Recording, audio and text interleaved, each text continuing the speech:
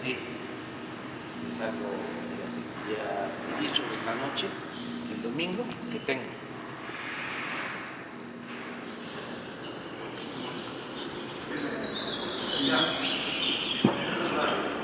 Ya. Junto aquí. ¿Y esta es la única cámara? Tenía la revista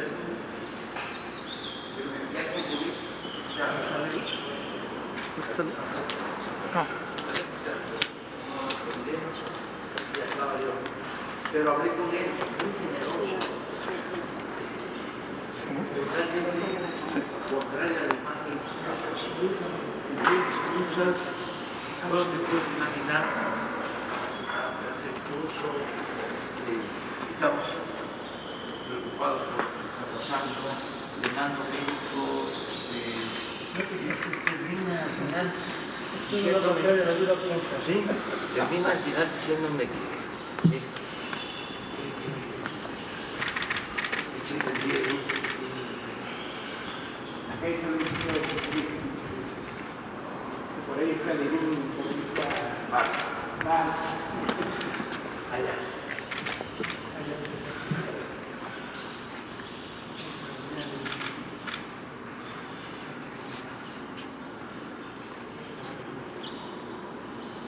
Presidente, ¿podría hacer una foto?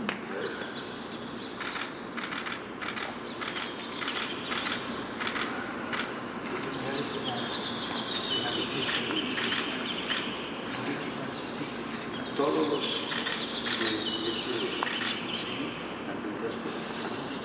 casi 20 años. Toda la historia. ¿Qué personajes se me da el libro. Sí.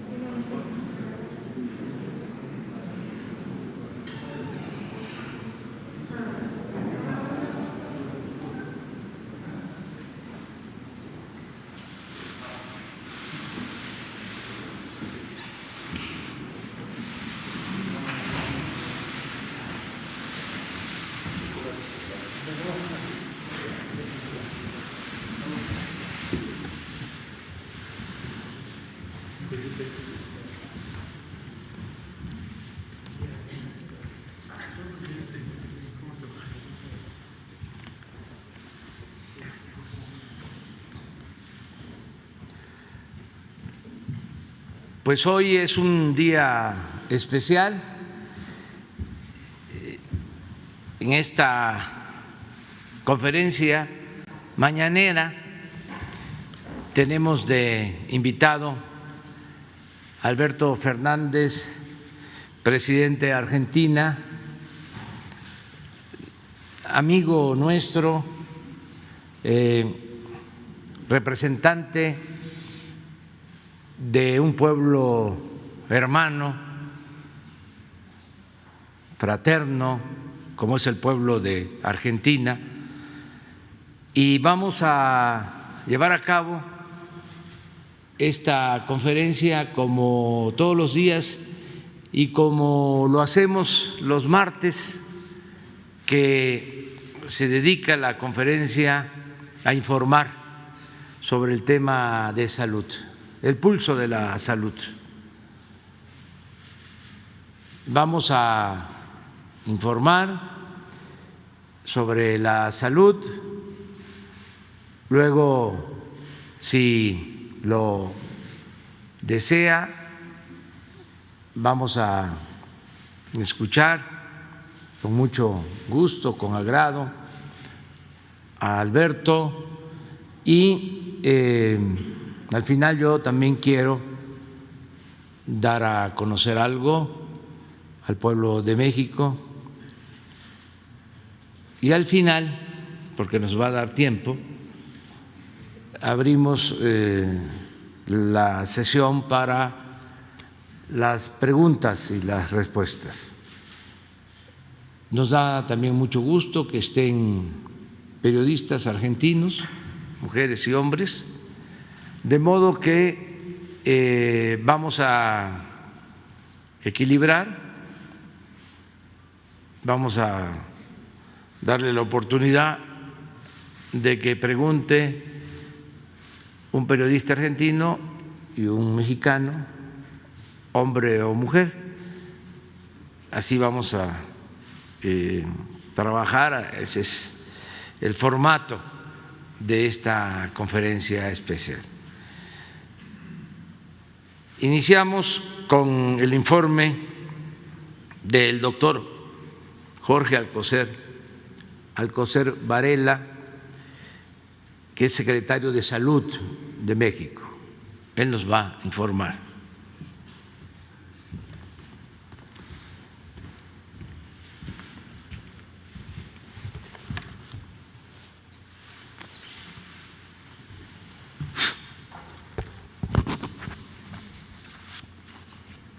Muy buenos días a todas y todos.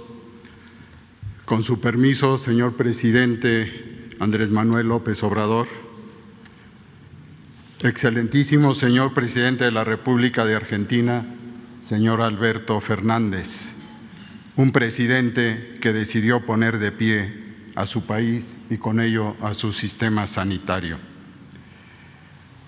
Es un honor tenerlo en esta conferencia de prensa que, como ya indicó el señor presidente, cada martes desde el 21 de enero de 2020, lleva el nombre de Pulso de la Salud, pues nos permite informar del curso de la epidemia derivada del virus SARS-CoV-2 y analizar el sistema de salud de nuestro país. En forma breve, mostraré los principales indicadores a nivel nacional de la pandemia. En esta gráfica pueden ver que desde hace 6 semanas los casos de la enfermedad activos, estimados y personas recuperadas muestran una clara disminución sostenida en las últimas 6 semanas. Constituyen solo el 2% en la actualidad, o sea, 47.168 mexicanos con enfermedad activa, que corresponden, como ven ustedes, al 2% de los casos estimados, que al día de hoy son de 2.238.559, y como ustedes pueden ver, la mayoría ya está recuperada en caso. En la siguiente imagen pueden ustedes constatar la evolución diaria de la hospitalización nacional.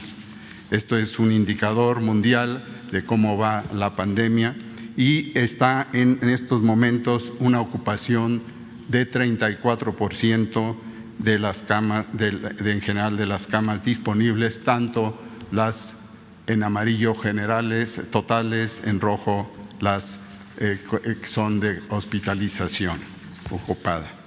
Y en la siguiente imagen les indicamos la disponibilidad de camas para hospitalización general en nuestro país. De los 32 estados, entidades federativas, ninguno tiene como indicador de riesgo más del 70% de ocupación. Solo 3 lo hacen: la Ciudad de México, el Estado de Puebla y el Estado de México, con una ocupación de camas generales entre 69 y 50%, y 29 de los 32 estados con menos del 50%, lo que da un 33% de ocupación nacional. La siguiente imagen pueden ustedes ver desglosado lo que corresponde a aquellas camas que albergan a pacientes más críticos que requieren contar con ventilador.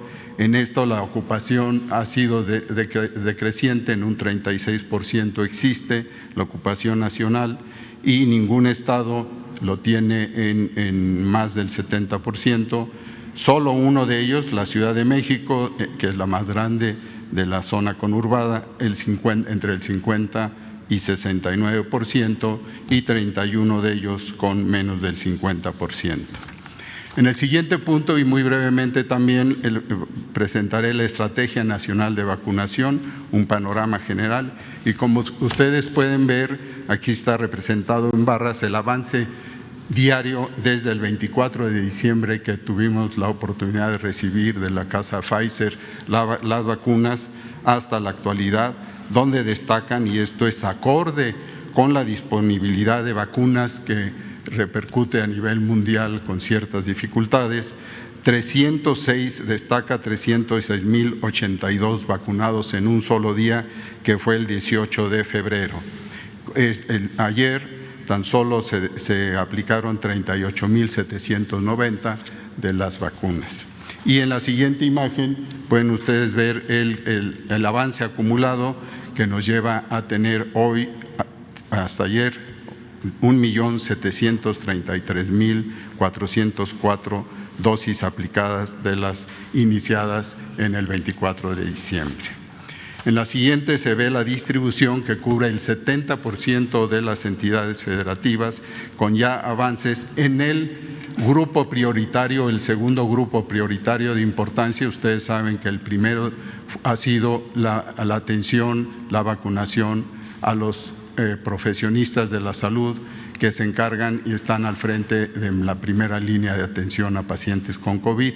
Y en cuanto al segundo grupo, que es importante porque en él hemos enfocado la necesidad, están los adultos mayores, y de esto tenemos un avance del 70% de acuerdo a la última cuenta de vacunas que tenemos, con un total aplicado de 604.110 personas.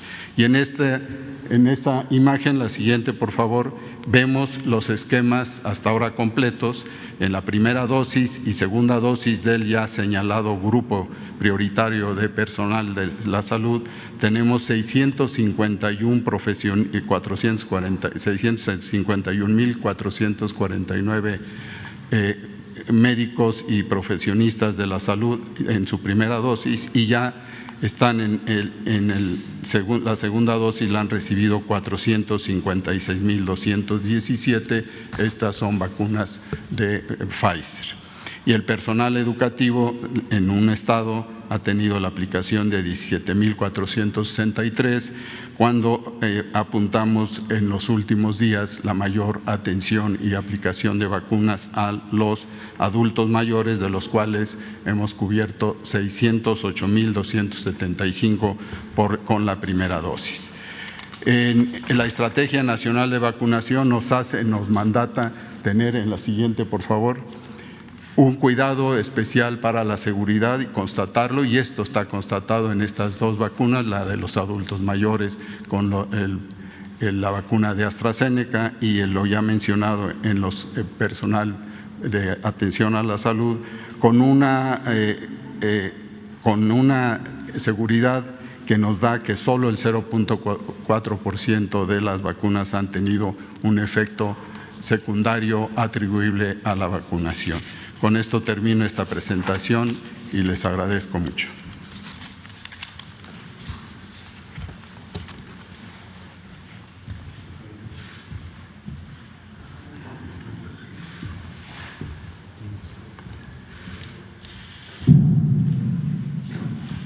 Muy buenos días, saludar, señor presidente Alberto Fernández. Es un honor que esté con nosotros el día de hoy. Muy bienvenido. Además, tiene mucho que ver con lo que voy a informar ahora. También dar la más cordial bienvenida al canciller argentino, a nuestro amigo Felipe Solá. Felipe, un abrazo. Gracias por estar con nosotros. Nos han demostrado ser no solo compañeros, sino que están comprometidos con causas comunes. Bueno, voy a informar brevemente, en primer lugar, recordar, aprovechando que está el señor presidente de la Argentina, que nos respaldaron y nos acompañaron para la resolución de la Organización de las Naciones Unidas, que apoyaron 179 países exigiendo que se garantizara el acceso equitativo y universal a medicamentos y a vacunas. La semana pasada lo planteamos en el Consejo de Seguridad de la ONU por indicaciones del presidente López Obrador, lo inaceptable que resulta el acaparamiento de las vacunas. 10 países están concentrando ya casi el 80% de las vacunas del mundo. Lo peor, se está acelerando. Lo dijimos en el Consejo de Seguridad a nombre de la Comunidad de Estados Latinoamericanos y Caribeños. Decir, bueno, nosotros siempre hemos creído en los organismos multilaterales, pero ahora ustedes, quienes conforman este Consejo de Seguridad, tienen que demostrarnos que esa confianza y ese compromiso que ustedes postulan se traduzca en hechos en este momento, porque el mayor riesgo a la seguridad de la humanidad hoy es precisamente esta pandemia y por ende el acaparamiento de las vacunas. La siguiente, por favor. El día de ayer tuve el privilegio, por instrucciones del presidente López Obrador, de acompañar al presidente Alberto Fernández para visitar la planta de laboratorios Leomont, que está ubicada en Ocoyoacac, Estado de México, y que tiene a su cargo la formulación y envasado de las dosis de la vacuna desarrollada por AstraZeneca y la Universidad de Oxford.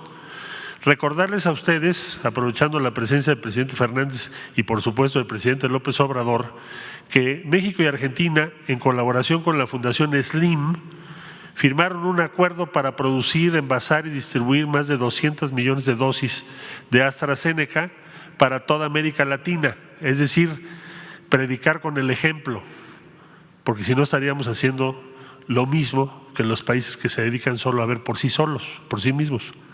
Se hizo ese acuerdo, ayer se visitó la planta, tienen ustedes aquí algunas imágenes. Debo decir que a la fecha el laboratorio argentino de muy alta calidad que está produciendo la sustancia activa ha enviado desde Buenos Aires 12 millones de dosis que están en proceso de envasado en la planta de Leomont. Fue, creo, una muy buena noticia, y reconocer de nuevo esta iniciativa a quienes han participado, los laboratorios, tanto Leomont de México como Max Science de Argentina, al presidente Alberto Fernández aquí presente y al presidente Andrés Manuel López Obrador aquí presente, lo cual demuestra que América Latina juntos sí podemos hacer grandes cosas en materia de ciencia y también para garantizar que nuestros pueblos tengan acceso a la vacuna. Es una muy buena noticia. La siguiente, por favor. Dar cuenta de qué es lo que México tiene contratado a esta fecha de vacunas. Esto lo presentamos cada semana. Empiezo por COVAX. COVAX es un instrumento multilateral. Al día de hoy no han entregado una sola vacuna. Se los dije en el Consejo de Seguridad también. México ahí adquirió 51.5 millones de dosis para 25.75 millones de personas. Recuerden que las dosis por lo general son 2. Hoy esperamos que COVAX nos diga, y Argentina y a muchos países del mundo, cuándo van a entregar su primera vacuna. Porque ya pasó diciembre, enero, febrero. Es el único instrumento multilateral para garantizar el acceso universal. Entonces sí nos preocupa que se esté tardando. Mientras al mismo tiempo se anuncian nuevas compras de países muy desarrollados de millones de dosis. AstraZeneca tenemos adquiridas 77.4 millones de dosis para 38.7 millones de personas. Esta me estoy refiriendo a la que se está envasando, que visitamos el día de ayer, y eso es lo que equitativamente le correspondió a México. Ahí se respetó la equidad entre todos los países de América Latina y el Caribe. Pfizer, se tiene un contrato de 34.4 millones de dosis para 17.2 millones de personas. Este está llegando, es más, hoy a las 9:05 de la mañana llega otro embarque con 511,000 dosis. Sin embargo, estamos lejos de este número, que es lo que México contrató. CanSino, ustedes saben que en México se hizo la fase 3, se contrataron 35 millones para 35 millones de personas, porque esta vacuna es una sola dosis, no dos. Ya llegaron a México 2 millones de dosis que se están envasando, igual que las que mencioné de Astra, en otro laboratorio que está ubicado en Querétaro, que se llama Drogmex. La siguiente vacuna es Sputnik V, que también queremos agradecerle mucho, presidente, porque Argentina nos ayudó a tener acceso a esta vacuna, nos puso en contacto con las autoridades rusas y nos facilitó el acceso. Muchas gracias de nuevo. El día de se contrataron 24 millones de dosis para 12 millones de personas. El día de ayer llegaron las primeras 200,000, ayer por la noche, cosa que reconocemos muy especialmente al presidente Vladimir Putin, al canciller Lavrov, Sergei Lavrov, y al embajador en México, Víctor. Ayer estuvo conmigo en la noche, muy emocionado también. Gracias, Víctor. Bueno, luego tenemos AstraZeneca, que vino de la India, del Instituto Serum. Aquí se contrataron 2 millones de dosis para 1 millón de personas. De esta ya llegaron a México 870,000 y estamos esperando el segundo embarque. Por último, Sinovac. Es una vacuna de también 2 dosis. Se adquirieron 10 millones para 5 millones de personas. Gran total firmado, pactado y pagado los anticipos, 234.33 millones de dosis para 134.66 millones de personas. La siguiente, por favor. Los arribos más recientes de vacunas. Recibimos Sinovac, 200,000 dosis el día sábado 20 de febrero. Como ya dije, el día de ayer se recibieron 200,000 de Sputnik V, el día de ayer en la noche, y en estos momentos, un poco más adelante, a las 9 de la mañana, recibimos 511,875 de la vacuna Pfizer. Total, a esto semanal, si se suma esto, son 911,875 dosis para esta semana. Para el reporte que le estamos dando, esperamos para el día sábado una entrega de 808,000 dosis de Sinovac, el sábado 27 de febrero. Esos son los números que tenemos para esta semana. La siguiente, por favor. Bueno, total, ya pueden ustedes hacer su resumen. No es mi interés confundirlos con las cifras, es solo hacer un resumen. Entonces, habremos recibido al día de hoy, lo que se ha recibido, 3.039.625. Con la próxima entrega de Sinovac, tan solo en esta semana habríamos recibido 1,500,000, 1,519,875 dosis. Y a ello hay que sumar, hay que tomar en cuenta que hay 12 millones de dosis en proceso de envasado, que ya mencioné en AstraZeneca, Leomont, y 2 millones de dosis en proceso de envasado en CanSino, en Querétaro. Eso es el total de lo que hemos recibido. La siguiente, por favor. Y por último, reportarles a ustedes que en 47 consulados de México en Estados Unidos ya tenemos acciones de 50 para garantizar el acceso de la comunidad mexicana en Estados Unidos a las vacunas contra el COVID, que ha sido una prioridad que nos marcó el presidente. Mañana se van a aplicar vacunas en el Consulado de México en Las Vegas, en otros 12 consulados, incluyendo a Chicago, Douglas, Houston, Indianápolis, Kansas City, Milwaukee, Orlando, San Diego. En Dallas, Denver, Kansas City, Las Vegas y St. Paul ya se inició la vacunación del personal, incluso consular, y ya nos declararon como personal consular considerado como esencial y dentro del proceso de vacunación Dallas, Laredo y Los Ángeles. Y ese sería el reporte, señor presidente. Gracias de nueva cuenta, presidente Fernández, canciller Solá.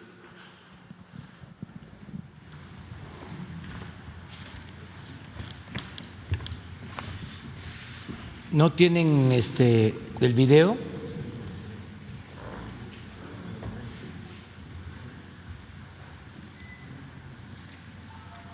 En tanto se pone el video de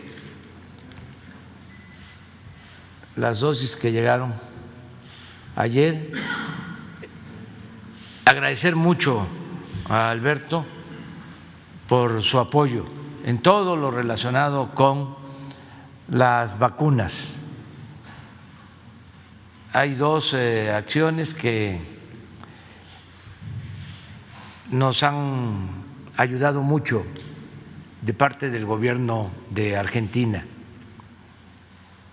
Una es el trabajar de manera conjunta para la elaboración, el envasado de la vacuna AstraZeneca. Lo que pudo constatar Alberto ayer, cómo se están envasando estas vacunas, millones de dosis a partir de abril, desde el principio de abril, una vez que se termine todo el trámite para constatar la calidad de la vacuna, que de antemano sabemos es una muy buena vacuna, ya vamos a disponer de millones de dosis para América Latina. Y esto se logró por gestiones del presidente de Argentina. Y lo segundo, les cuento, surge porque me entero de que en Argentina estaban aplicando una vacuna elaborada en Rusia y que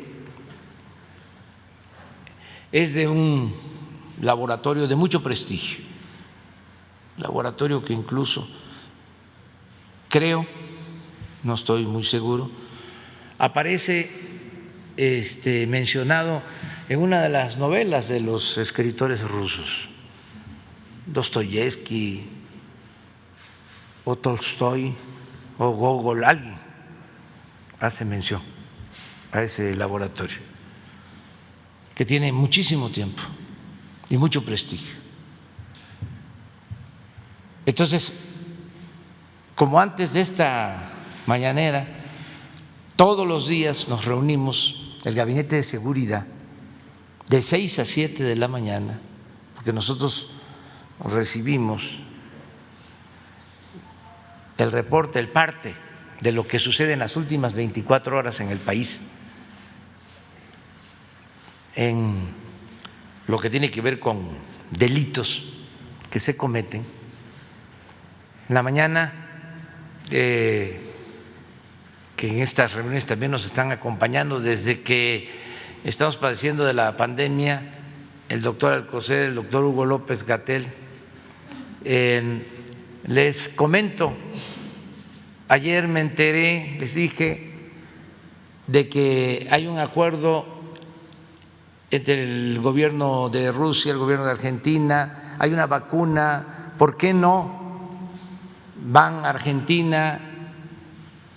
Alberto Fernández es nuestro amigo, él nos puede ayudar, pero hay que ir hoy mismo. Esto fue en la mañana y en la noche de ese día estaba saliendo el doctor Hugo López-Gatell y lo recibió Alberto y su equipo y logramos establecer la comunicación con el gobierno de Rusia, con el presidente Putin, hablamos con él y conseguimos esa vacuna. Entonces estamos muy agradecidos con Alberto, con el gobierno de Argentina. Repito, somos pueblos hermanos y nos da mucho gusto que nos acompañe. Va a estar con nosotros también en el acto en el que recordamos el triste acontecimiento del asesinato de nuestro apóstol de la democracia, Francisco I. Madero. Entonces nos va a acompañar también Y mañana vamos a Iguala porque vamos a conmemorar los 200 años de la proclamación del Plan de Iguala para que México se constituyera en un país libre, independiente, soberano. Entonces tenemos un invitado especial que nos da mucho gusto tener a Alberto aquí. Y si quisieras decir. Muchas gracias, Andrés. Muchas gracias. Muy bien, buenos días a todas y todos. Primero, darle las gracias a la generosidad de mi querido amigo el presidente de México, don Andrés Manuel López Obrador. Alguien a quien respeto sinceramente por sus valores políticos y por el enorme esfuerzo que hace por recuperar un México que al tiempo en que le tocó asumir la presidencia estaba en situaciones difíciles. Con Andrés Manuel hablamos por primera vez cuando yo era un presidente electo y decidí viajar como primer destino a este México hermoso, con la idea de definitivamente unir lazos, profundizar el vínculo y de una vez por todas que Argentina y México, que tienen tantas cosas en común, enfrenten un futuro mucho más unidos de lo que ha sido hasta aquí. Para los argentinos, México no es cualquier país. Es el país que albergó a las víctimas de la dictadura, entre otras cosas, así como albergó a muchos otros perseguidos en el mundo. Les dio cobijo, les dio seguridad. Cuando todavía no había asumido la presidencia, con la complacencia de la OEA, en Bolivia ocurrió un golpe de Estado. Y allí muchos bolivianos vieron peligrar sus vidas, entre ellos nuestro querido amigo, el expresidente Evo Morales. Y yo no era presidente de la Argentina y me costaba mucho poder ayudarlo porque además tenía un gobierno que no tenía vocación de hacerlo en el país. Y entonces lo llamé a Marcelo Ebrard y le expliqué, y Marcelo inmediatamente le planteó el problema al presidente e inmediatamente dispusieron de un avión que rescatara a Evo Morales de las garras de sus asesinos. Y si Evo hoy está vivo, es en gran medida por lo que aquel día decidió el presidente de México, don Andrés Manuel López Obrador. Digo esto porque la historia de los exiliados y de los refugiados en México para mí tienen mucho que ver y me han marcado a fuego en mi amor por México. Desde mi maestro en el derecho penal, mi querido Esteban Rigui, que vivió aquí todos los años de la dictadura y aquí trabajado en la Procuraduría y aquí le abrieron las puertas de la UNAM y aquí se desarrolló como el extraordinario catedrático que fue, hasta Evo Morales. Todos ejemplos de lo que México es capaz de hacer por la humanidad y por la vida de los perseguidos. Así que para mí es muy reconfortante estar aquí, en este México, y en este México, déjenme decirlo así, de Andrés Manuel López Obrador, que a la vista del mundo es otro México. Yo no soy un diplomático, soy un político. Hace un tiempo atrás, a un presidente, un responsable europeo de una potencia europea, que me preguntó cómo veía la situación del continente y me preguntó puntualmente por México. Le dije definitivamente, por fin México tiene un presidente como merecen los mexicanos. Por primera vez México en muchos años tiene un presidente con valores morales y éticos como merecen los mexicanos. Yo con esos valores y con esa prédica de Andrés Manuel me siento absolutamente identificado. Y siento que es el deber de Andrés Manuel y mío profundizar los lazos de Argentina mucho más allá de que México aparezca cada vez que los argentinos deben exiliarse. Yo quiero que en mi país no haya más exiliados, argentinos que deban irse por persecuciones políticas.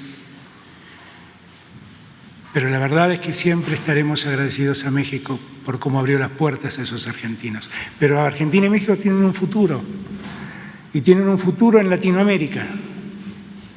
Y Latinoamérica tiene un futuro. Y ese futuro pasa por la unidad de los esfuerzos.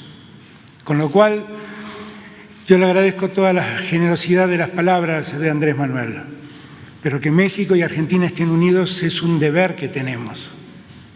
Que Argentina y México encaren un futuro común y que esto ayude a la América Latina es una obligación que tenemos. Desde el país más norteño de la América Latina hasta el país más austral de la América Latina, tenemos que ser capaces de trazar un eje que una a todo el continente. Ese es el deber que tenemos con Andrés Manuel. Empezamos con una experiencia grata, la de producir la vacuna que los latinoamericanos necesitan para terminar con esta pandemia espantosa. Y lo estamos haciendo. Ya el laboratorio argentino ha mandado, como bien dijo el canciller, 12 millones del principio activo para desarrollar la vacuna. Y como bien también dijo el presidente, a partir de abril, ese maravilloso laboratorio que conocí ayer con tecnología de última generación, vamos a poder hacer realidad ese objetivo que nos propusimos. Y en ese sentido, yo quiero acompañar la gestión de México en favor de la universalización de la vacuna. Y quiero acompañar las quejas de México por la forma en que la vacuna se ha acaparado en una decena de países, en desmedro de muchos otros. Escuchaba recién la exposición del canciller y lo escuchaba decir y mostrar cuáles eran todos los contratos que se habían firmado y que se estaban incumpliendo, por distintos motivos, pero incumpliendo. No es ni más ni menos lo que le está pasando a Argentina. Nosotros estamos, igual que México, tratando de sortear esa falta de vacunas, recurriendo a todas las ofertas que en el mundo se dan, ofertas que además tienen que tener la seriedad adecuada, tienen que tener la aprobación de la autoridad sanitaria, haber desarrollado las 3 fases necesarias para garantizar la calidad de una vacuna. Y así como lo hace México, también nosotros desarrollamos contratos con AstraZeneca, desarrollamos contratos con COVAX, desarrollamos contratos con Sinopharm y desarrollamos contratos con el Instituto Gamaleya y con el Fondo Soberano de Rusia. Y tenemos que hacer el máximo esfuerzo para que a la mayor velocidad posible toda nuestra Latinoamérica esté vacunada, fundamentalmente los que están en riesgo por su salud o por sus enfermedades prevalentes. Eso nos convoca y eso debemos seguir trabajando juntos. Así que en este día que me comentaba el presidente, que los días martes lo dedican al tema de la salud, le quiero dar gracias al presidente por dejarme participar de sus mañaneras, que ya son un hito en América Latina. Y también agradecerle al presidente la enorme generosidad de dejarme participar del bicentenario de la proclamación de Iguala, que fue el momento exacto en que empezó el proceso independentista en este querido México. Un México que es ejemplo para muchos de nosotros por historia y por presente. Muchas gracias, señor presidente.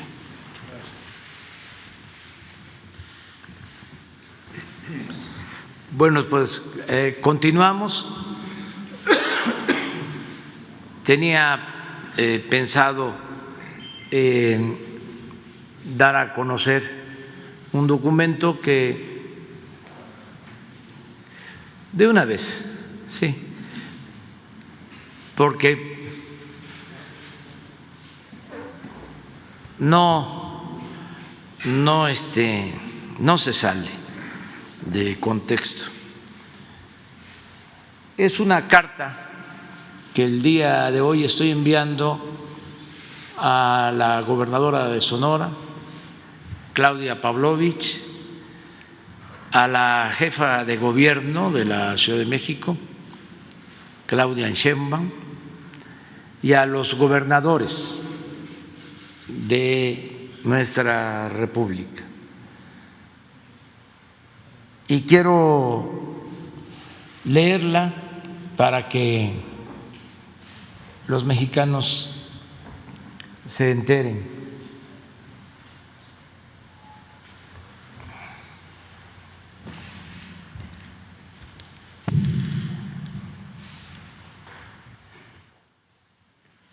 Hoy, 23 de febrero,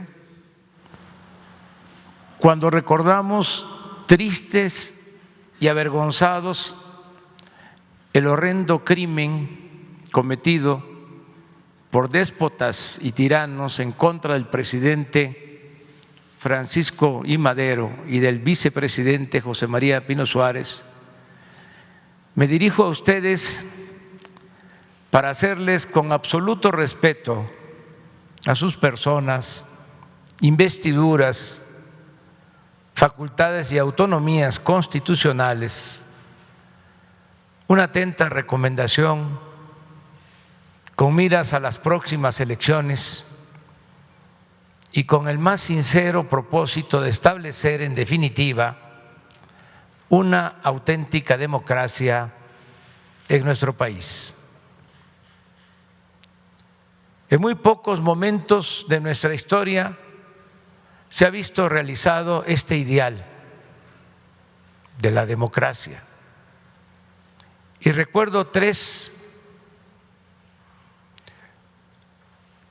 Primero, cuando triunfó el movimiento revolucionario y gobernó el apóstol de la democracia, Francisco I. Madero.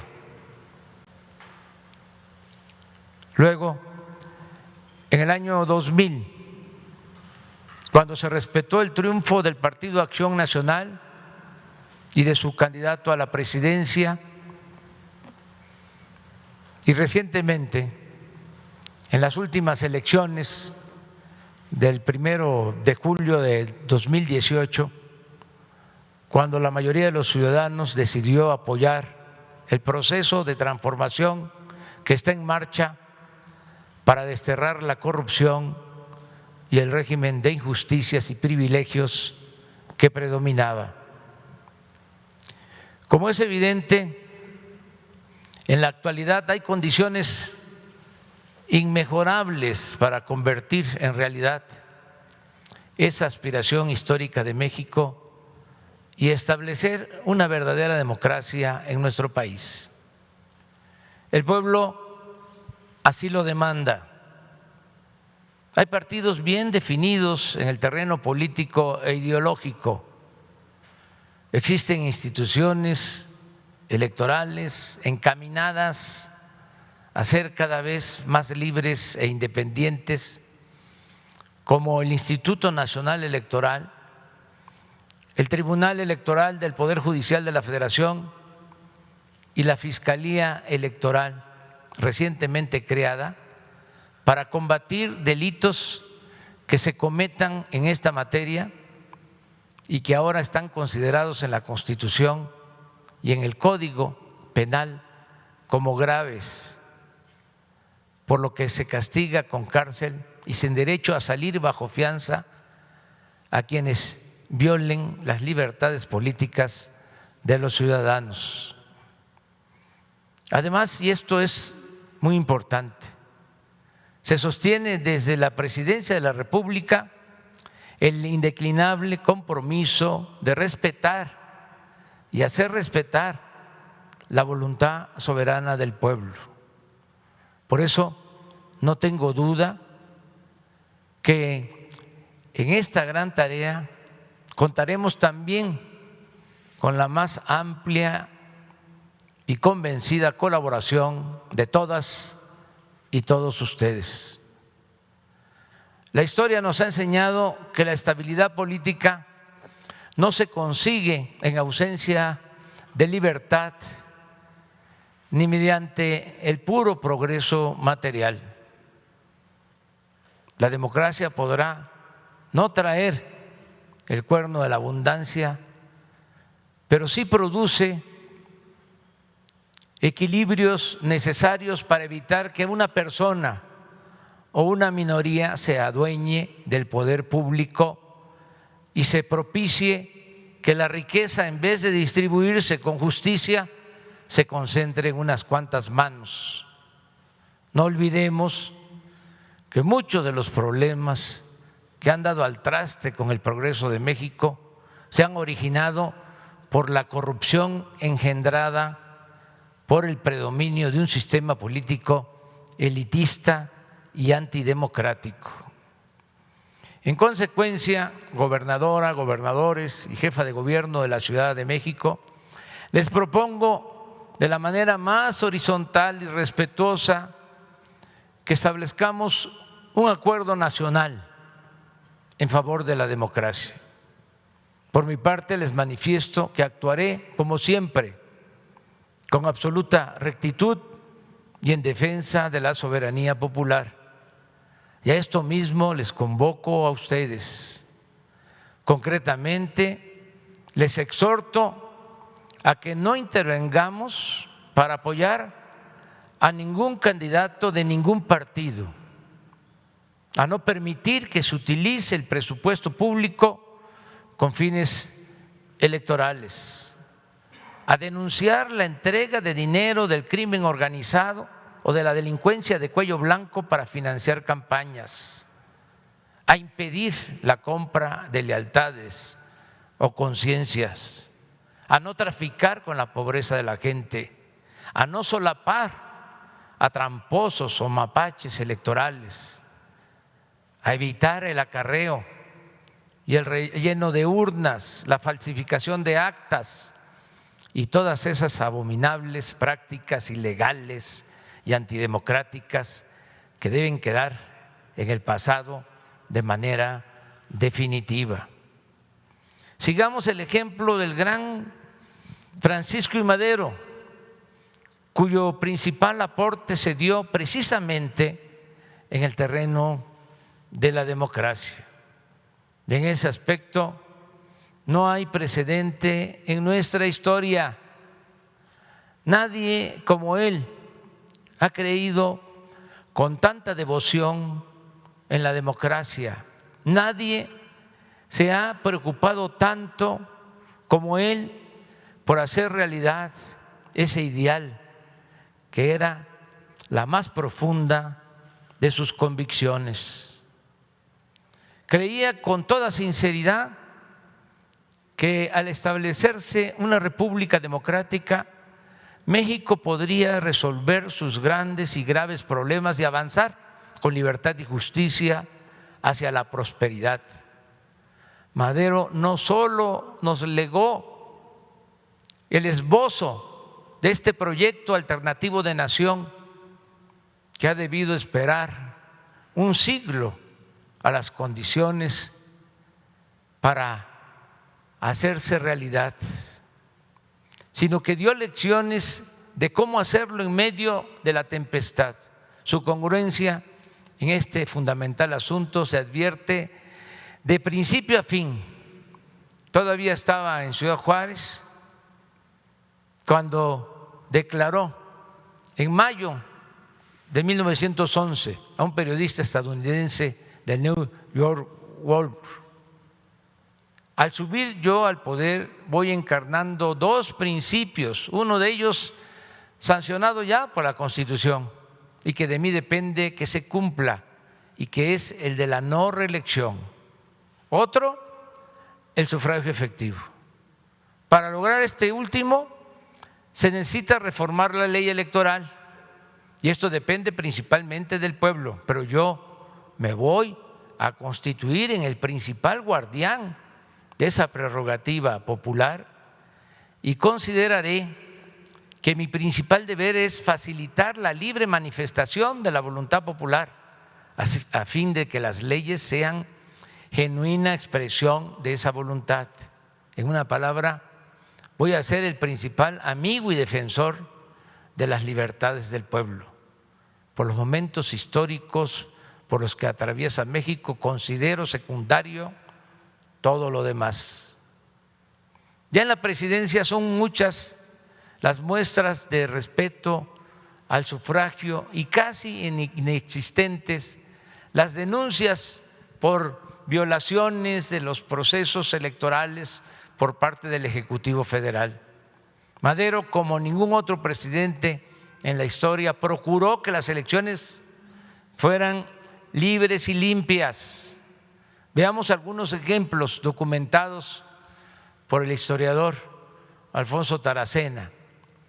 El 16 de enero de 1912, Madero escribe a Manuel M. Alegre, gobernador de Veracruz, para señalarle que en las elecciones locales, cito, es indispensable obrar con rectitud y usted más que ninguno es una garantía para el voto de los veracruzanos. 3 días después le recuerda que él está decidido, el presidente Madero, en todos los casos a apoyar al que tenga la mayoría de votos en la elección de gobernador.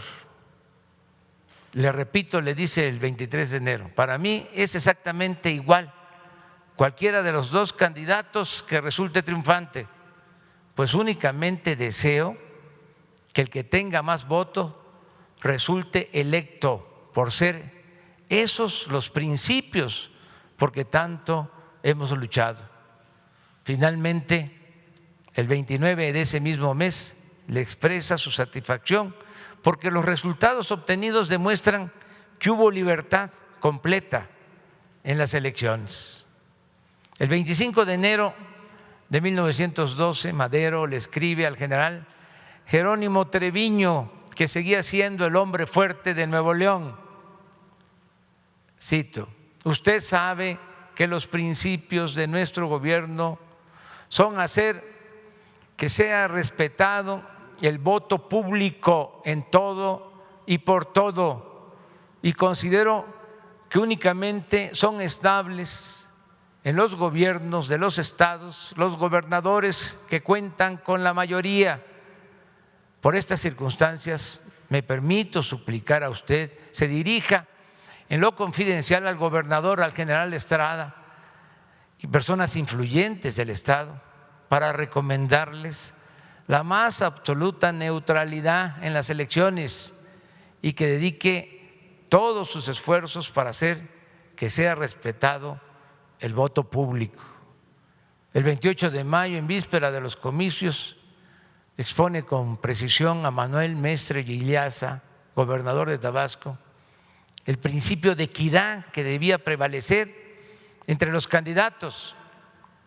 Decía, lo prudente y justo es colocar a unos y otros en un perfecto pie de igualdad, de manera que sus trabajos de propaganda puedan llevarse a cabo dentro de la más completa libertad.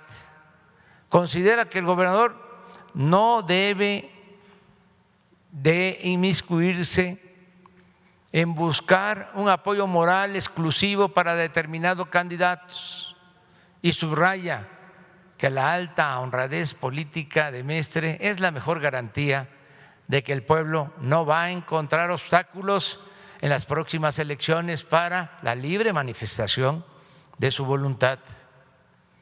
Hay muchos otros testimonios de esta actitud consecuente del presidente Madero.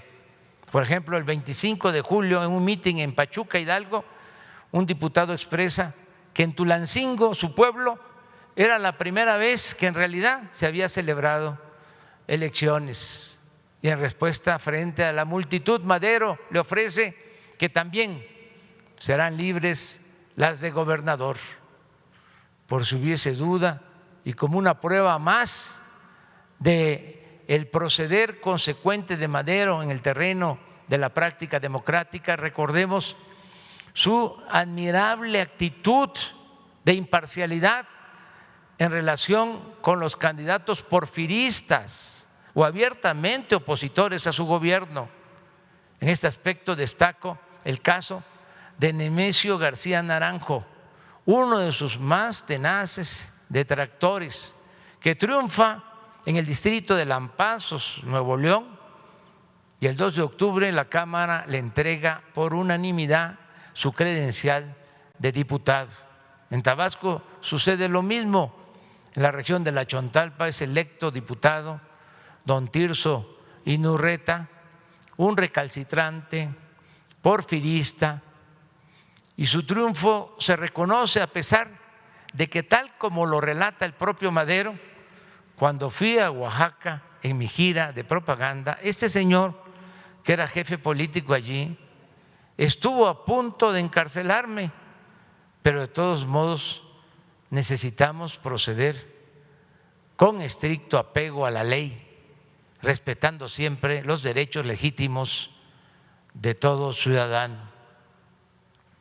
La diferencia abismal entre Madero y Porfirio Díaz la describe de manera magistral José Vasconcelos en 3 renglones, haciendo evidente, dice, el contraste de un presidente demócrata que se informa de los nombres de los diputados al mismo tiempo que el público, y el antiguo presidente que formaba la lista del Congreso meses antes de la elección. En fin, bajo el gobierno de Madero, como casi nunca se ha visto en México, hubo elecciones libres y limpias. Esto, por si fuera poco, se logró en medio de intensas turbulencias políticas y sin antecedentes de una práctica democrática en otros momentos de nuestra historia. Es decir, quedó manifiesto, y esa es una de las lecciones de Madero, que ayuda mucho la voluntad presidencial de hacer valer el sufragio efectivo y convertir en realidad un sistema de gobierno representativo, popular y verdaderamente democrático. Por eso Madero ha sido único. ¿O acaso sabemos de otro presidente en la historia de México que haya escrito a los gobernadores para recomendarles que se abstengan de manipular el voto y garanticen con equidad la libre decisión de los ciudadanos? En suma, estimadas y estimados mandatarios, los convoco a que juntos hagamos historia. El Acuerdo Nacional por la Democracia y su efectiva ejecución nos permitirá establecer en México la ansiada democracia de manera perdurable, y ello elevará a nuestro país hasta lo más alto en el concierto de las naciones. Atrás quedarán los malos recuerdos de siglos de imposiciones y fraudes electorales, y nuestro pueblo, con sus legítimas autoridades, seguirá dando ejemplo de dignidad y grandeza. Esta es la carta que envío el día de hoy a los gobernadores.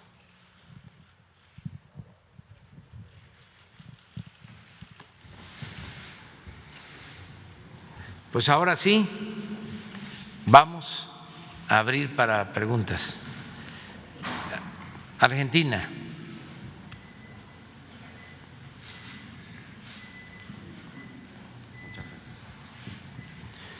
Buenos días, presidente López Obrador. Gracias por recibirnos en el Palacio Nacional. Soy Rafael Matus, del diario La Nación, preguntando en nombre de todos los colegas argentinos. Tengo una pregunta para usted y también para el presidente. Alberto Fernández. Presidente, quería preguntarle, en aras de lo que está ocurriendo en la Argentina, ¿qué otras medidas tomará para evitar más privilegios en la distribución de las vacunas? ¿Y aceptaría la interpelación en el Congreso del jefe de gabinete y la creación de una comisión investigadora parlamentaria sobre lo que se ha llamado el escándalo de las vacunas VIPS? Y para el presidente López Obrador, usted criticó la vacunación secreta para los de arriba en otros países. ¿Qué medidas toma su gobierno para que eso no pase aquí en México?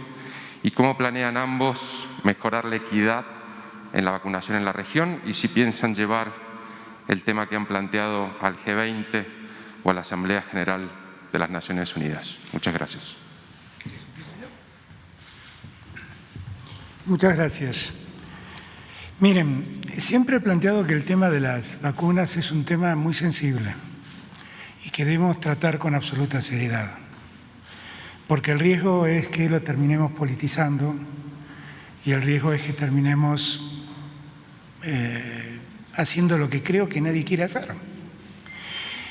En Argentina he conocido que en circunstancias irregulares se vacunó a un grupo de alrededor de 70 personas. El concepto de irregular es un número, un dato o un concepto a revisar, porque entre los vacunados había personas que estratégicamente debían vacunarse.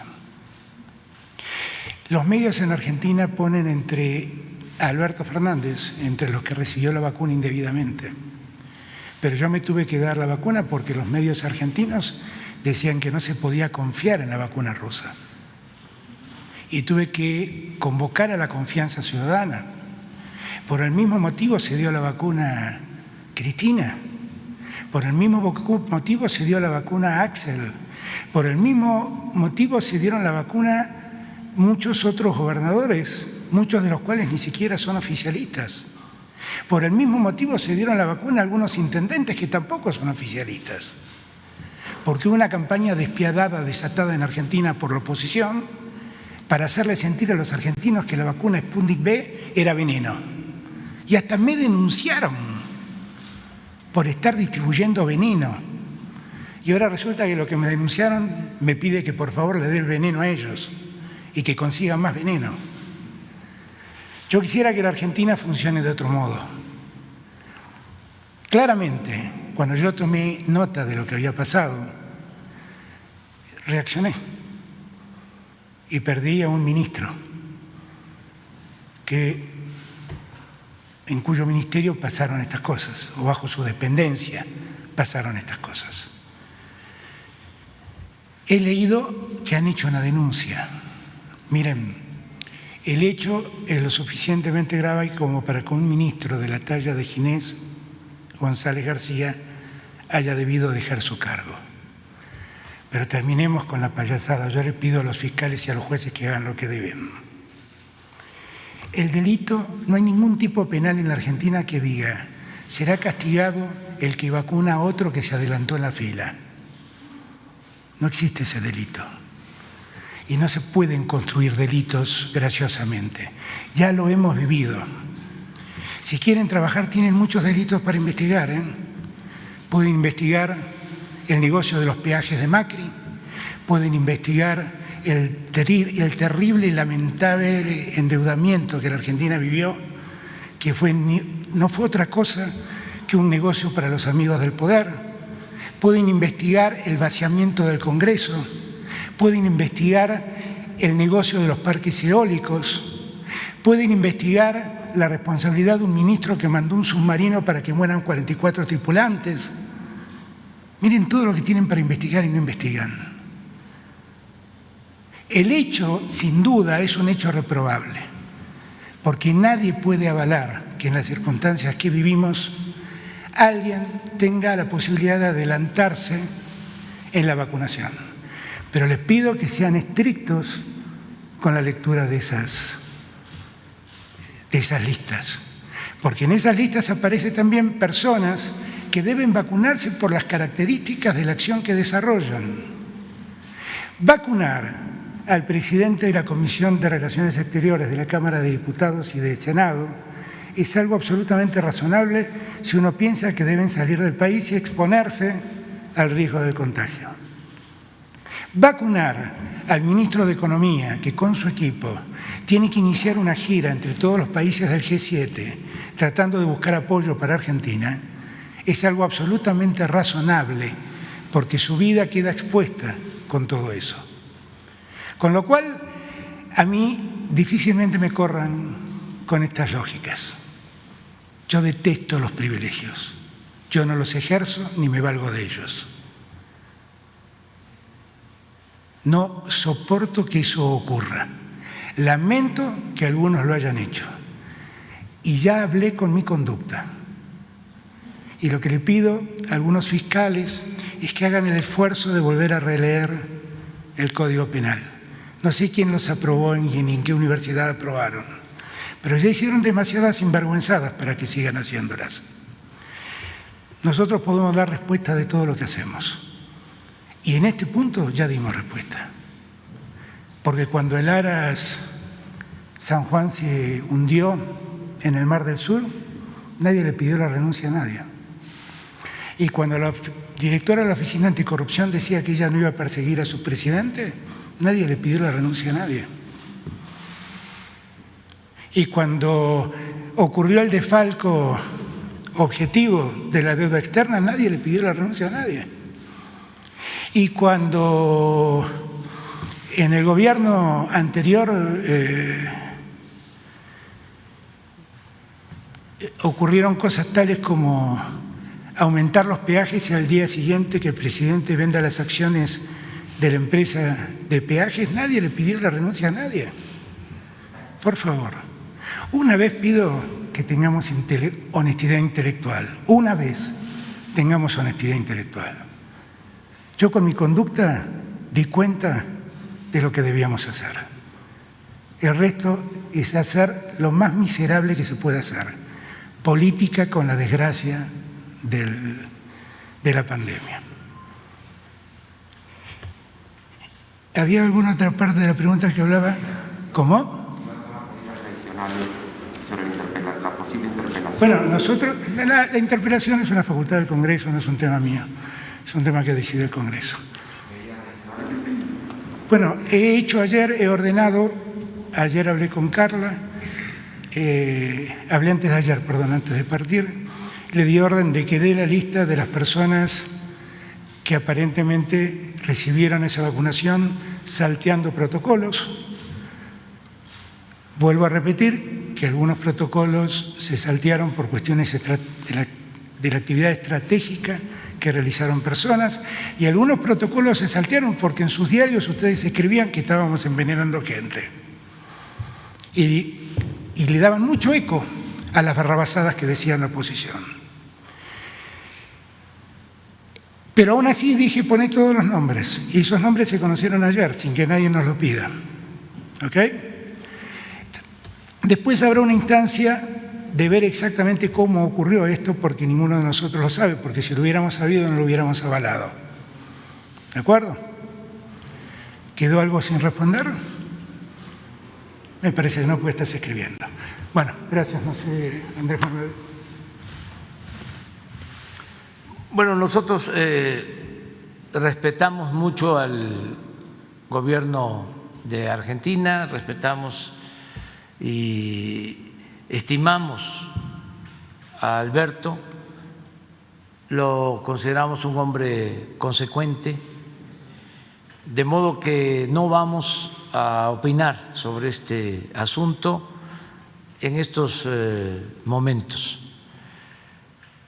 Sí consideramos que es necesario el que intervenga más la ONU para garantizar que todos los países del mundo tengan acceso a las vacunas.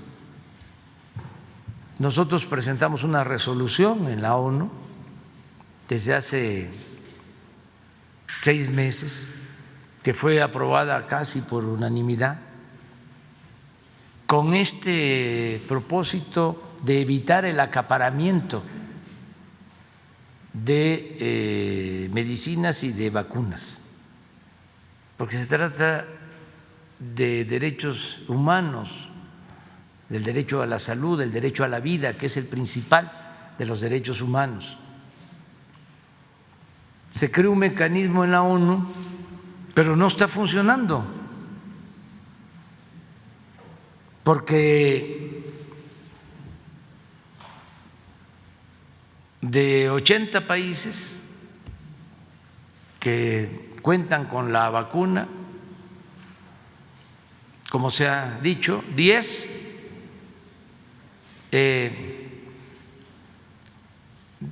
están concentrando el 80% y el 70% restante, donde estamos nosotros y muchos otros, tenemos el 20%. Pero hay más de 100 países que no tienen una sola dosis de vacuna. Eso es totalmente injusto. ¿Dónde está la fraternidad universal? De modo que la ONU tiene que intervenir, porque parece un florero, está de adorno.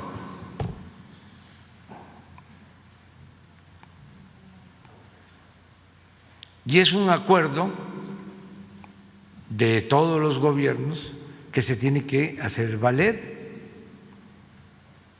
En esto, pues coincidimos la mayoría de los pueblos. Yo quiero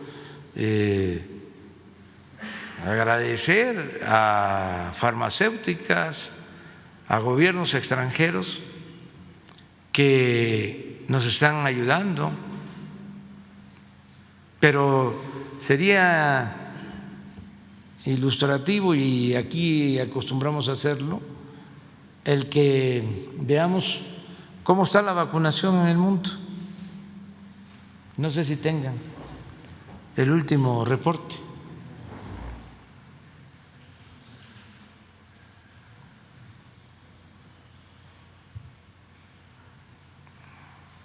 En el caso de América Latina, muy pocos países.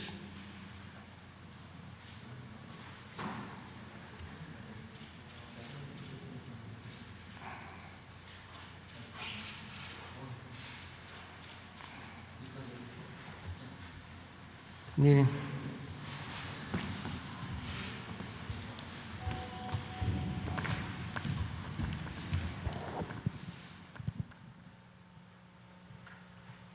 dos días, Estados Unidos, 63 millones de dosis, China 40 millones, Reino Unido 18 millones, India 11 millones, Israel 7 millones, Brasil 6 millones, Turquía 6 millones, Emiratos Árabes 5 millones, Alemania 5 millones, Rusia casi 4 millones, ahí están 10. Bajamos, América Latina, si lo vemos de acuerdo a la población, encontramos que en América Latina nosotros 1.733.000, apenas el 1% de nuestra población. Chile es el que lleva más, de acuerdo a su población.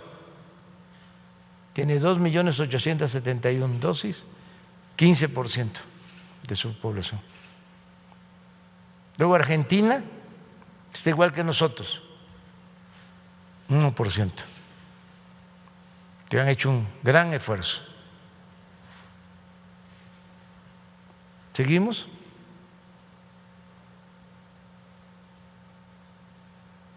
América Latina. Perú. 166,000. Costa Rica, 96,000.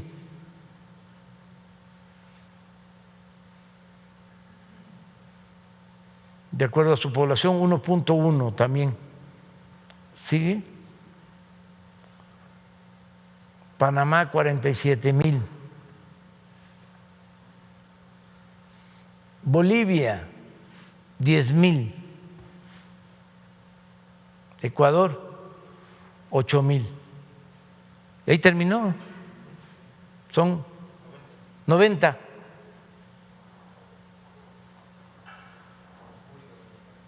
¿Dónde está República Dominicana? Mire, 373. Desde luego no está Haití. Y no están la mayoría de los pueblos de los países de América Latina y del mundo. 90. Y son cerca de 200 los que participan en la ONU. Entonces, esto es lo que sí vamos nosotros a seguir planteando, que haya equidad. Muy bien. Presidente, ¿puedo agregar algo? Sí. Perdón, presidente. No, sumándome a lo que es el objetivo de México y del presidente, quiero comentarles algo más. Desde hace un tiempo venimos trabajando con el presidente Emmanuel Macron, presidente de Francia, en la idea de plantear en el G20 la necesidad de declarar a la vacuna contra el COVID-19 un bien global, de modo tal que cedan los derechos intelectuales y que todos los países los puedan producir libremente en sus respectivos países. ¿Cuál es el propósito? El mismo que plantea el presidente Andrés Manuel López Obrador. Y es uno de los temas que tengo en carpeta para hablar con el presidente, porque es también México parte del G20. Y es exactamente esa idea que nosotros planteamos y que también ha propuesto el Papa Francisco, la idea que nos impulsa a llevar adelante y ponerle justicia y equidad, como bien ha dicho el presidente, a la distribución de vacunas. Y es una de las ideas que venía a traerle al presidente, que México nos acompañe a Francia y Argentina en este planteo en el G20. Perdón, presidente. México. Adelante. Hola, buenos días. Marcos González, de BBC. Les quería preguntar primero sobre la gestión de la pandemia. Hemos visto estrategias diferentes en sus dos países. Argentina ha tenido uno de los confinamientos más largos, unas cuarentenas más estrictas de la región, y a día de hoy tiene probablemente mejores resultados que México, que sigue desgraciadamente con la cifra más alta de muertes por COVID de América Latina en proporción a su población total, muertos por cada millón de habitantes. Entonces, al presidente López Obrador le quería preguntar si sigue creyendo que no cerrar el tráfico aéreo, no imponer restricciones a la entrada de turistas, por ejemplo, ser uno de los pocos países del mundo que no pide una prueba negativa, por ejemplo, de COVID a los turistas que entran, sigue siendo una buena estrategia, como sí ha hecho, por ejemplo, Argentina.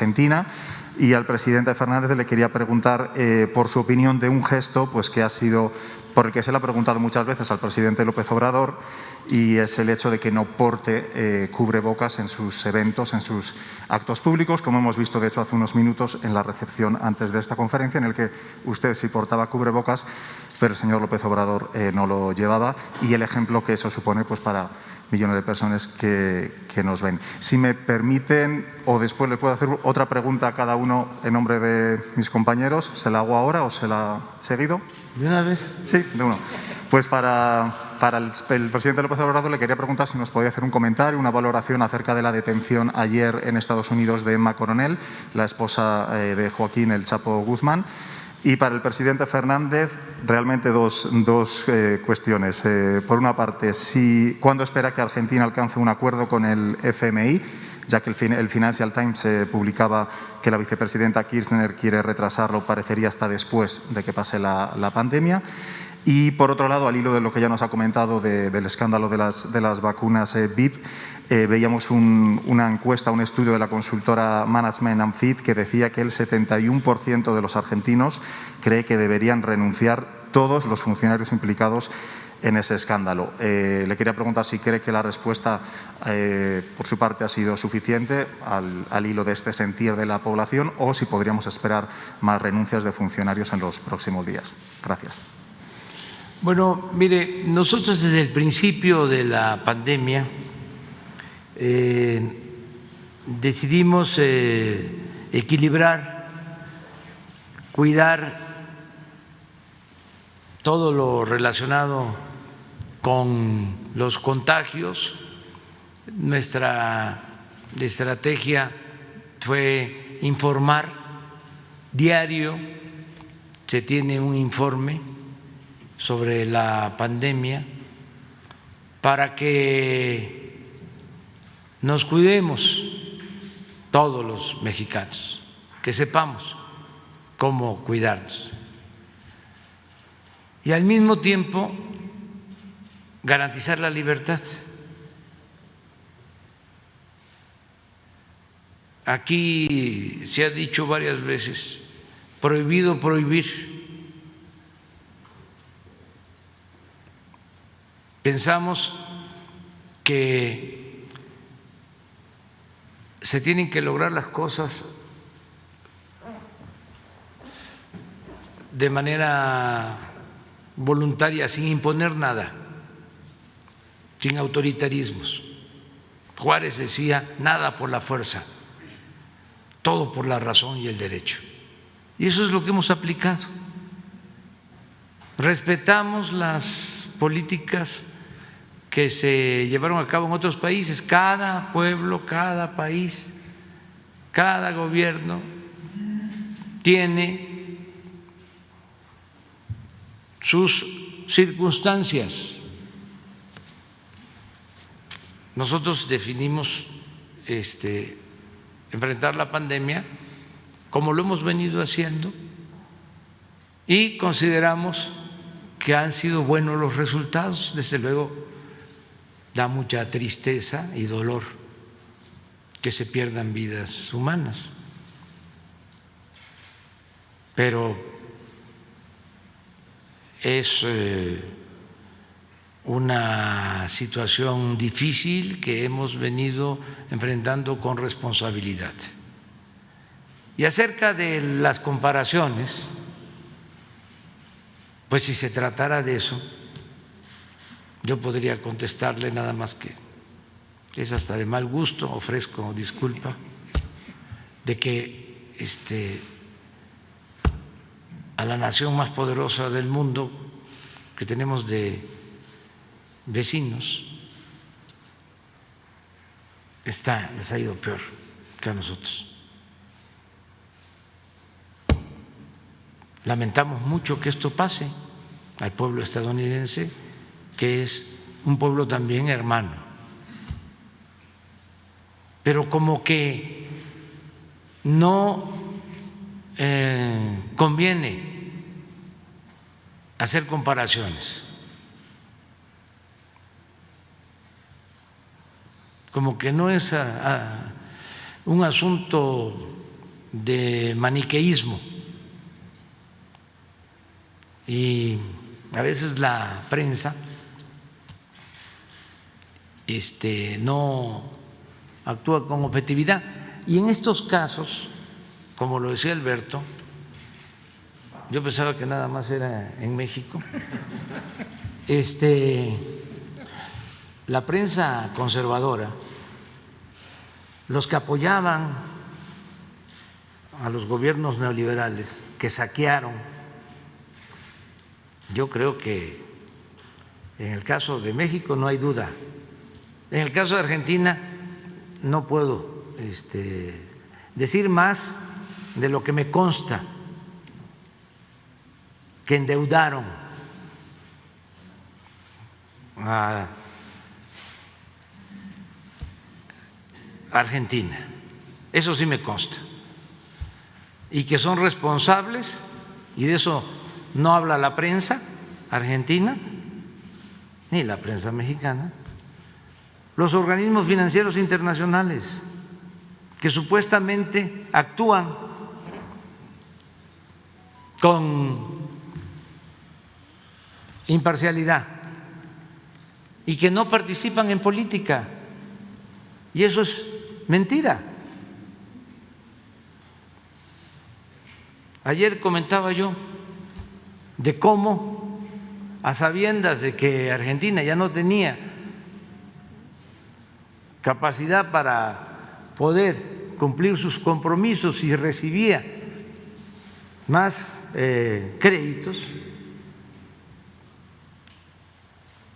se le aprobaron más créditos y los endeudaron porque buscaban que ganara el Partido Conservador, que no sé cómo se llama allá. Y le dejaron a Alberto un problemón y al pueblo. Pero de eso no se ocupa la prensa. Entonces, cada quien tiene su manera de enfrentar la pandemia y eso es lo que hemos venido haciendo, actuando con responsabilidad, en el caso nuestro, garantizando que nadie se quede sin ser atendido. Si le agrego de que durante 36 años de política neoliberal, además de que saquearon a México como nunca en la historia,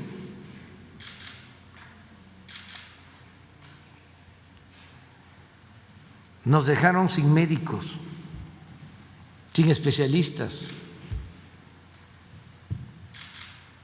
Usted se puede imaginar cómo heredamos el sistema médico, el sistema de salud.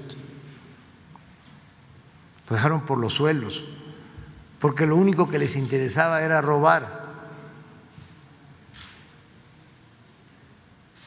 10 empresas le vendían al gobierno 80,000 millones de pesos en medicinas, a precios elevadísimos. Pero así como esto, en otras cosas. Le pongo otro ejemplo. El cuñado de Carlos Salinas, de Gortari, construyó un hospital en Iztapaluca, aquí cerca, que cuando mucho costaba 500 millones. ¿Y saben cuánto termina costando ese hospital? 7,000 millones. Pero eso que le estoy planteando, que tiene que ver con la salud, no se dice nada en los medios de comunicación. Hay honrosas excepciones, desde luego, hay una prensa libre, independiente, pero la mayor parte de los medios que se dedicaban a quemarle incienso a los presidentes del periodo neoliberal ahora se volvieron opositores. Todos en contra de nosotros. Además, como ya no hay subvención, porque se destinaban formalmente 12,000 millones de pesos para publicidad a los medios. Y ahora son 2,500. Entonces están muy enojados. Pero no solo es eso, están enojados porque ya se terminó el saqueo, porque ya estamos fortaleciendo a Pemex, a la Comisión Federal de Electricidad, que estaban a punto de desaparecer por la política privatizadora. Entonces, todos esos negocios jugosos, lucrativos, a costa del presupuesto, que es dinero del pueblo, pues ya no se pueden realizar. Se acabó la corrupción. Entonces están muy molestos, no solo la prensa nacional, el país de España, porque una de las empresas favoritas eran las españolas, de las empresas favoritas durante el periodo neoliberal. El presidente Calderón tenía como empresa favorita a Repsol de España. El presidente Peña Nieto a OHL. No, ¿cómo se llama la empresa favorita de Calderón? No, la de Calderón era Repsol. Y la constructora española OHL, sí, OHL, también española. Entonces ganaban todos los contratos, una gran corrupción. Bueno, ya ustedes han oído hablar de Odebrecht.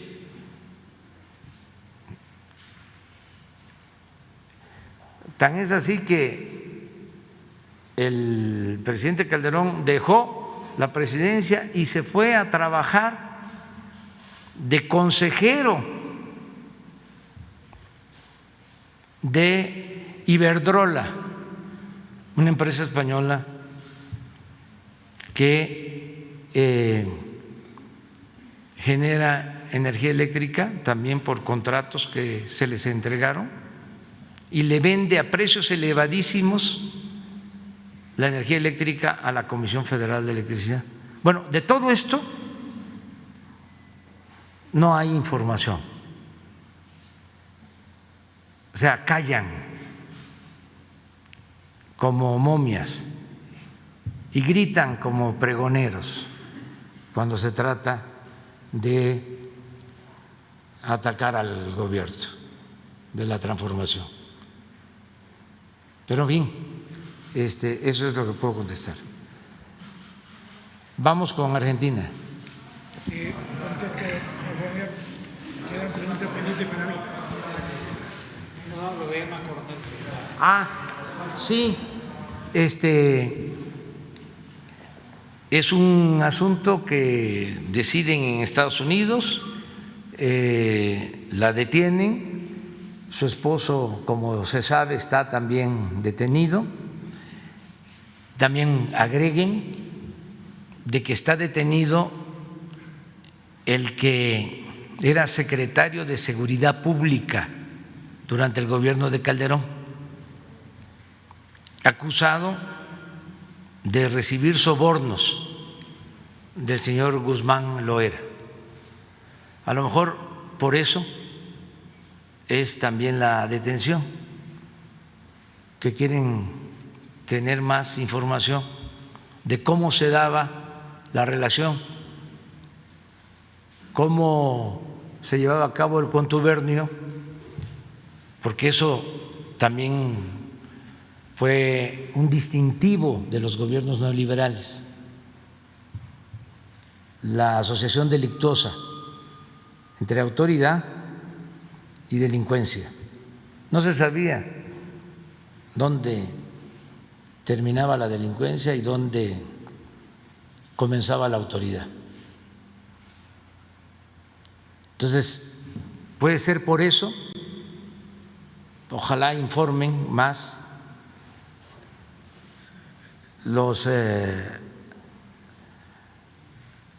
del gobierno de Estados Unidos, pero ese es un asunto que les corresponde a ellos. Gracias, presidente. A ver, primer punto. Yo uso permanentemente tapabocas. Ocurre que también las recomendaciones dicen que en lugares abiertos donde no enfrento a nadie a 2 metros de distancia puedo prescindir del tapaboca. Y en una circunstancia como es la de dar una conferencia de prensa, darla con tapabocas es una cosa particularmente incómoda. Pero esos cuidados siempre los tengo. De hecho, llegué a este maravilloso palacio con el tapabocas. Yo no puedo hacer comparaciones, pero sí déjeme decirle algunas cosas.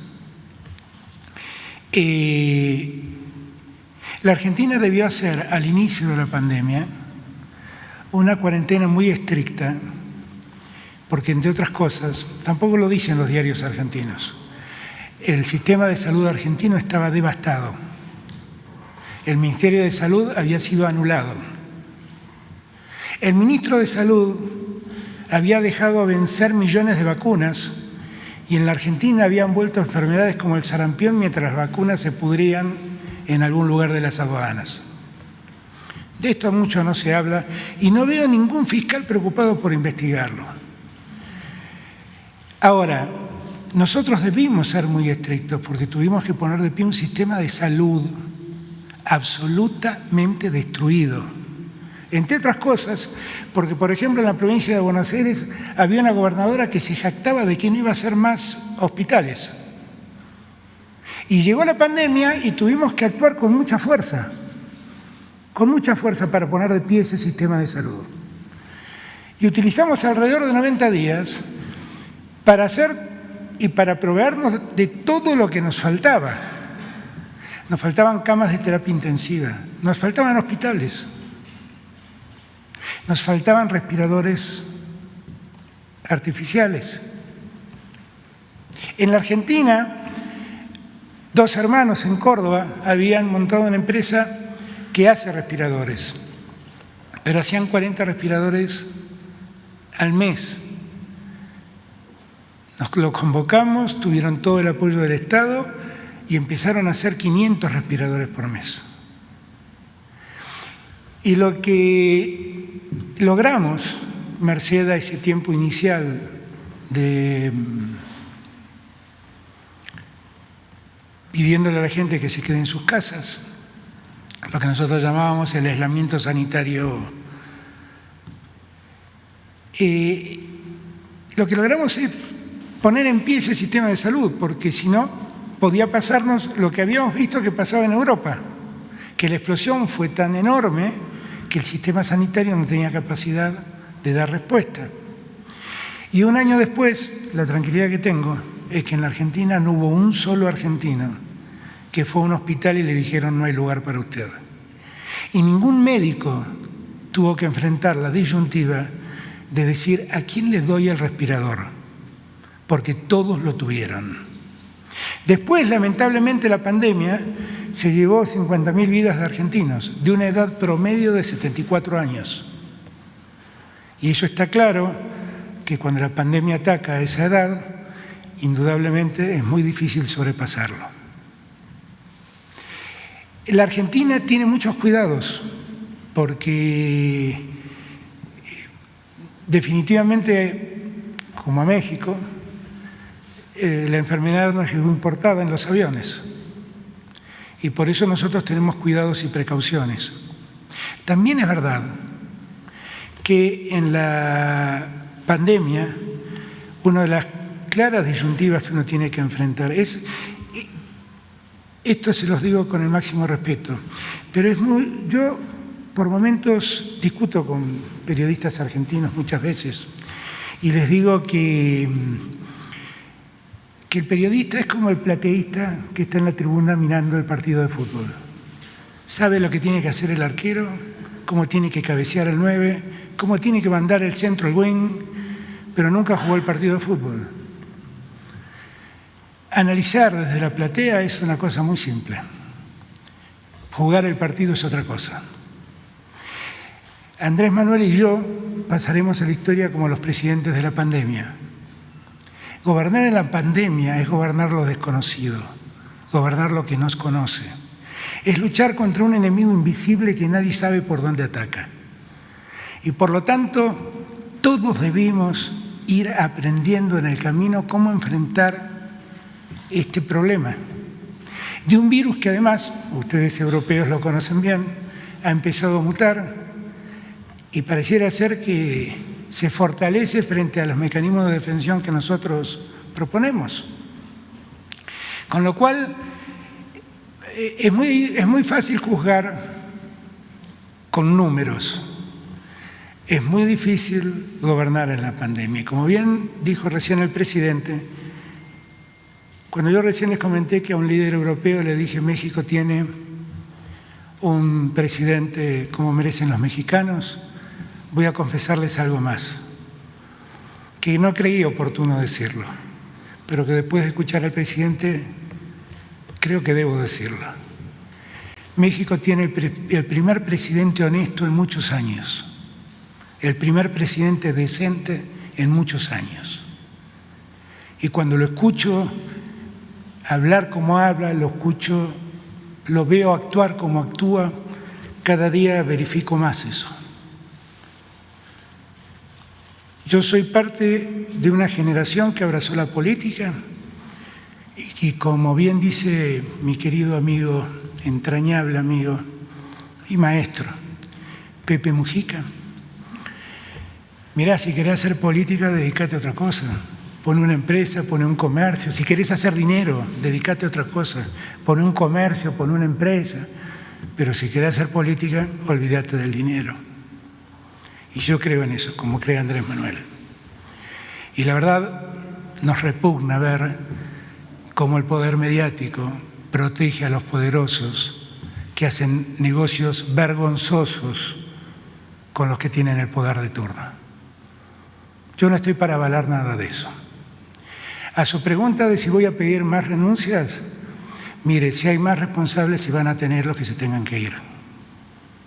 Porque nunca ni promoví ni avalé nada de eso. Pero también digo, no voy a hacerme cargo del escarnio público que están promoviendo sin medida en Argentina. ¿De acuerdo?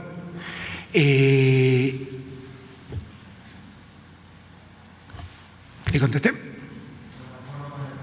El acuerdo con el FMI. Nosotros estamos trabajando para alcanzar un acuerdo.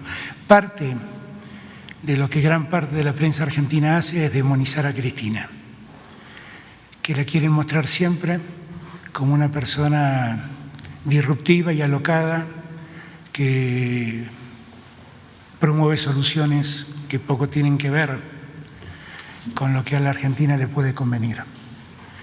Ese es un problema que tengo que resolver yo y el ministro de Economía. Y que hoy seguramente Cristina tiene opinión y seguramente la escucho, pero es una decisión mía. Nosotros estamos tratando de encontrar un acuerdo de un crédito que, como bien marcó el presidente López Obrador, fue vergonzoso. Un acuerdo que, según ha confesado el presidente del BID, que en esos días era director en el Fondo Monetario Internacional en representación de los Estados Unidos, fue dado para garantizar el triunfo de Mauricio Macri en esa elección. Allá en Argentina decimos, fue la campaña política más cara de la historia de la humanidad. Ahora esa campaña política la tenemos que pagar los argentinos. Y entonces yo quiero ser muy cuidadoso con la negociación con el Fondo Monetario Internacional, porque sé cómo ese crédito fue dado y sé cómo el poder de entonces dejó fugar miles de millones de dólares de la Argentina con negocios de sus amigos. Lo he visto, tenemos todo identificado y le vamos a contar a los fiscales a ver si alguna vez se dignan a investigar a los poderosos. Nosotros queremos encontrar un acuerdo, pero el acuerdo tiene que ser un acuerdo que le convenga a Argentina. Y tiene que ser un acuerdo que parta de esa premisa. Miren, nosotros tenemos que hacer frente a un crédito alocado que el Fondo Monetario Internacional le dio a un país con fines políticos sin ningún sentido económico. Cuando yo era candidato y me visitó la delegación del fondo que visitó la Argentina, le pedí que paren de entregarle plata a la Argentina porque todo el dinero que entraba se fugaba en manos de los amigos del presidente de turno. No, y eso fue un comunicado oficial que hice después de reunirme con el enviado del fondo. No voy a borrar con el codo lo que dije en aquel momento. Ahora sí voy a tratar de encontrar un acuerdo, pero quiero que el acuerdo no le cueste a los argentinos más de lo que ya han debido soportar. Eso es lo que espero. Perdón, y quiero agradecerle puntualmente al presidente López Obrador, porque en el momento en que estábamos negociando con los acreedores privados, un día desesperado porque no encontraba respuestas de ellos, le pedí su colaboración y su colaboración fue determinante para que podamos encontrar el acuerdo que buscábamos. Y nunca tuve la oportunidad de decírselo cara a cara. Muchas gracias, Andrés Manuel, porque lo logramos y de verdad él nos ayudó mucho. Gracias. Bueno, vamos a… yo creo que están bien representados. Y nos recomiendan siempre nuestros asesores, que son los ciudadanos, que no nos tardemos mucho en la conferencia, que no se pase de las 9, porque los tenemos mucho tiempo ahí. Ya vamos a dejar por ahora la conferencia. A los periodistas mexicanos, compañeras, compañeros, pues mañana vamos a estar aquí y todos los días. Por eso, además, con un invitado de honor como el que tenemos, se tiene que dar todo el tiempo a Argentina, todo el tiempo a la representación de nuestro pueblo hermano, Argentina. Mañana voy a hablar de eso en Iguala, de la fraternidad, del afecto, de los lazos de solidaridad entre los pueblos de Argentina, de México.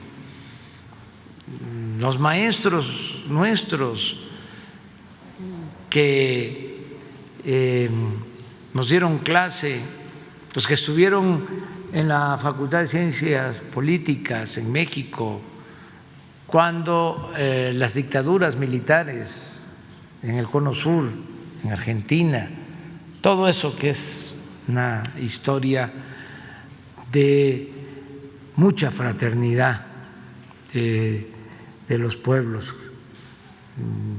de mucho afecto. De eso vamos a hablar y nos da mucho gusto que esté aquí el presidente Alberto. Y nada más terminamos con, pues informando, porque así lo hacemos, cuando llega un cargamento con dosis de vacunas en el aeropuerto, pues siempre lo comentamos. Está el doctor Pedro. ¿Nos escuchas? Sí, lo escuchamos, señor presidente. Buen día. Te escuchamos a ti. Infórmanos. ¿Llegaron las vacunas? Así es, señor presidente. Gracias. Buenos días a todos los secretarios, al presidente de Argentina. Le queremos informar, señor presidente, que están llegando en este momento 511.875 dosis de Pfizer y de las cuales 386.100 estarán en la Ciudad de México y 125.775 irán a Nuevo León, Monterrey, para el tema de la segunda dosis para el personal de salud que atiende hospitales COVID, señor presidente? Pues lo celebramos, siguen llegando las vacunas, como en Argentina por el esfuerzo y las gestiones del presidente Alberto Fernández, ya se inició el plan de vacunación, no se va a detener, vamos a seguir vacunando, ya estamos a punto de terminar la vacunación del personal de salud que está en hospitales COVID, enfermeras, médicos, trabajadores de la salud, ya están vacunados casi todos los que están salvando vidas, arriesgando sus vidas. Eso fue lo primero. Y ya empezamos la vacunación de adultos mayores, porque los médicos, los expertos nos han recomendado de que se le dé prioridad a los adultos mayores. Se asegura que si se vacuna a adultos mayores de 60 años, se logra reducir la mortalidad por COVID en un 80%, si se vacuna de 60 hacia adelante.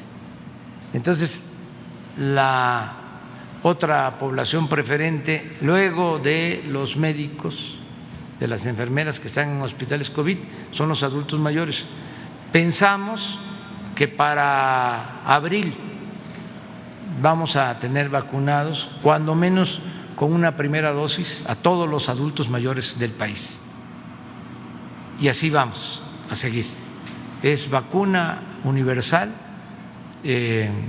gratuita, como se está haciendo en Argentina, y vamos hacia adelante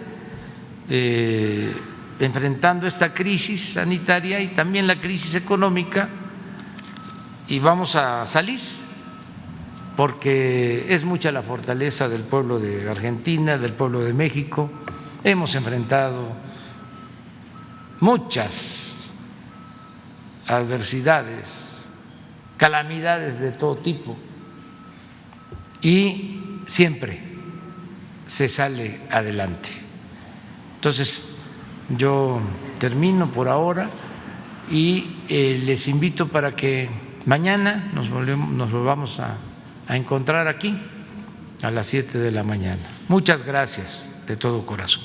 Muchas gracias.